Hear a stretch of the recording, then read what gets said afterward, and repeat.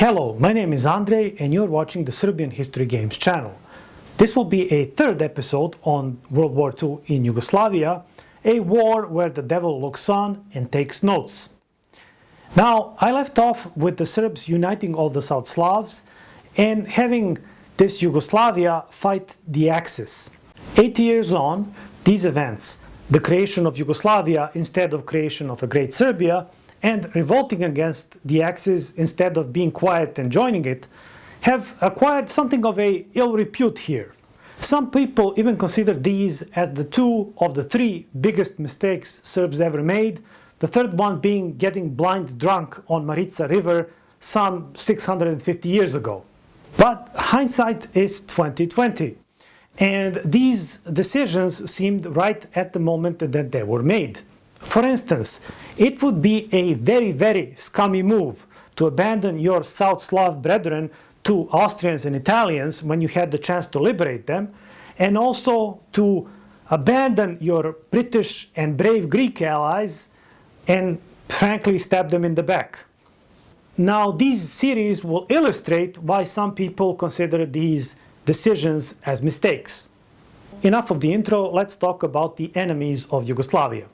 And first of all, Italy. Now, Italy had designs on the Adriatic coast, namely in the province of Dalmatia. Dalmatia was actually a Venetian territory since time immemorial, and it was one of the reasons why Italy joined the Entente in World War I.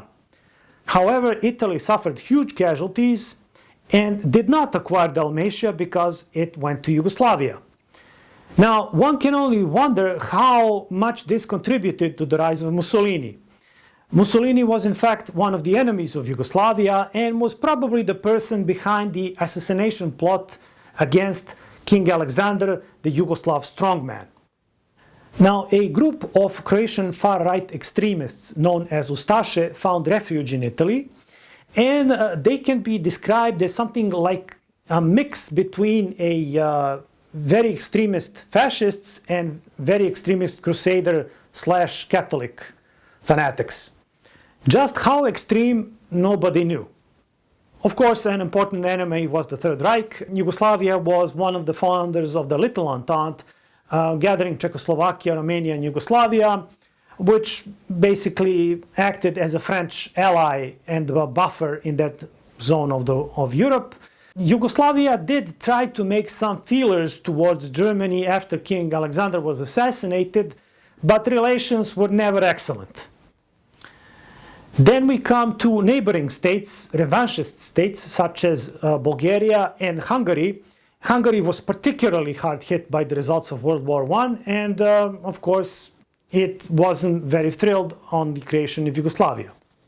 Adding to this, the Soviet Union was not a friend. Russia was, but Russia was destroyed in 1917. Soviet Union was a completely different beast.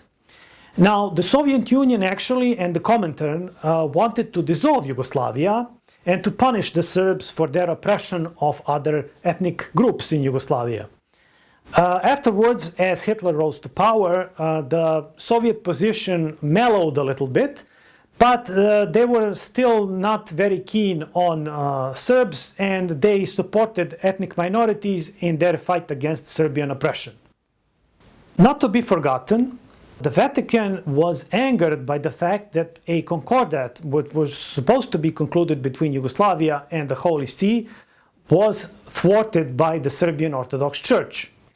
The Vatican would be a very strong supporter of the Ustasha regime later on. Yugoslavia and Serbs in particular did have some friends. However, Russia was gone by 1917 and France was defeated in 1940. The US was far away, which only left Britain, and Britain's friendship deserves a complete episode of its own. In any case, the coup in Belgrade enraged Hitler. In a matter of days, the Axis attacked, and while the defense was sometimes desperately brave, it was mostly a case of the army being caught unprepared and the German minority and the Croats helping the Axis. The army was defeated in a matter of weeks, and the king and the government fled to London. However, this was not completely unexpected. In fact, it was something like a repeat of events of 1915. The army had a contingency plan just for this case, and it was called the Chetniks. Srpska mi truba, zatrubi, vodova se Vogrenovo. Now, as Italians and Germans were preparing for war in the 1930s, the Yugoslav army leadership decided that they want to build a defensive line, just like the Maginot Line in France, against them in Slovenia. However, some officers, among them a certain colonel, warned that this would be ineffective, that a full-scale invasion by the Axis is very likely, and that the army needs to prepare accordingly. The linchpin of the plan was to organize the army defense in the heartland of the country, in Serbian and Bosnian mountains, and prepare special units which would operate behind enemy lines and which would organize a popular revolt. These units were the Chetniks. The Chetniks were a continuation of an age-old Balkan guerrilla tradition, and their name translates into something like a member of an army company. They have proved their usefulness in the Serbian Wars of Liberation, meaning the Balkan Wars and World War I, and they represent something of an equivalent of American Green Berets, so specialist units operating behind enemy lines, organizing the populace. Actually, they were so popular that some people organized into Chetnik groups, regardless of army structure, and actually this will lead to some confusion later on. To add an interesting note, these plans for defense were almost taken over almost word for word by the communist government after the war, when it was threatened by invasion from Stalin, just with the name Chetnik replaced with the name partisan. The army leadership knew they did not have any chance against the Axis. They planned to resist for 3 weeks. In the event, it was 2. But literally from the moment when the army dissolved, a certain colonel I mentioned, along with some Serbian and Slovene officers, started reorganizing the army along guerrilla lines. The war was only beginning. To be honest, I think both the Serbs and the Germans knew this was going to happen. Yes, the army would be defeated, but the occupiers would not have it easy. Yes, the reprisals would be brutal, but then again, the Serbs would rise up at a given time and kick out the occupiers. But Hitler had an ace or two up his sleeve.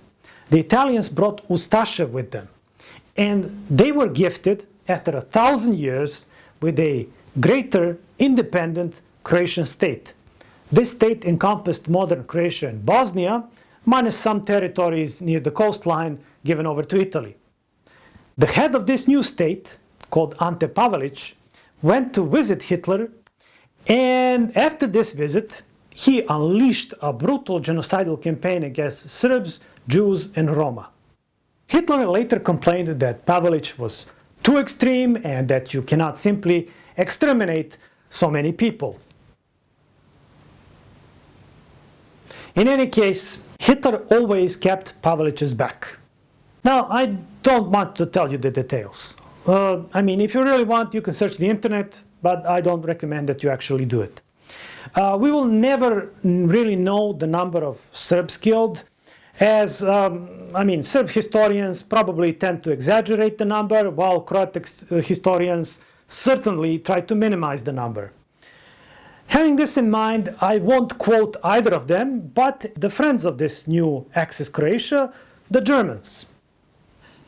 Now, this is a report from the Gestapo to Heinrich Himmler from 17 February 1942. The conclusion was, as the chief cause of increased activity of the bands, one must name atrocities carried out by Ustasha units in Croatia against the Orthodox population. The Ustashas committed their deeds in a bestial manner, not only against males of conscript age, but especially against helpless old people, women, and children. The number of the Orthodox that the Croats have massacred and sadistically tortured to death is about 300,000. And this number is only for the first year of the war. Now, this was a move of evil genius by Hitler. Instead of fighting the Germans, the Serbs would fight off Ustasha Croats and their Bosniak accomplices. A strong Slavic state would be no more. Now, this genocide by the Ustashe was a watershed event of the war. It would cause immeasurable suffering by the Serbs, Jews, and Roma, and the Italians would actually try to stop it. Even the German officers on the ground would be horrified. But some people would take a different take on it. When a leading communist heard that the Ustashe have massacred 650 people near a city in Bosnia, and that the Germans were planning to kick them out, he expressed his concern. Oh no, if the Germans come in, they will kick out the Ustashe and prevent their atrocities. This means people won't be joining our communist partisans. In my next episode, the resistance and Axis infighting starts. Don't go away.